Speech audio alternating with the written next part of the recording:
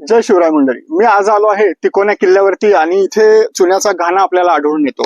पूर्वीच्या काळी गडकोट बांधकामातला मुख्य घटक म्हणजे हा चुना होता आणि किल्ल्याची तटबंदी असेल, बुरुज असेल, किल्ल्यावरती वास्तू असतील, हे चुन्याच्या घाण्याच्या साह्याने तो चुना तयार केला जायचा. पहिल्यांदा चुनखडी घ्यायची, जी निसर्गतःच ती बांधकामाला पूरक आहे. त्याच्यामध्ये गुळाचं पाणी, बेलपत्र आणि मेथीच्या बिया टाकून बैल लावून ते चाक असं फिरवलं जायचं आणि ते मिश्रण एकजीव झालं की ते बांधकामासाठी वापरलं जायचं.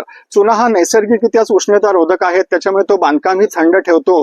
तर तो हळूहळू थंड होत असल्यामुळे दगड पकडून ठेवण्याची त्याची क्षमता खूप वाढते. सिंधुदुर्ग किल्ल्यावरती आजही तुम्ही पाहिलं तर तिथले दगड लाटांनी झिजलेले आहेत, परंतु चुना मात्र तसाच शिल्लक आहे.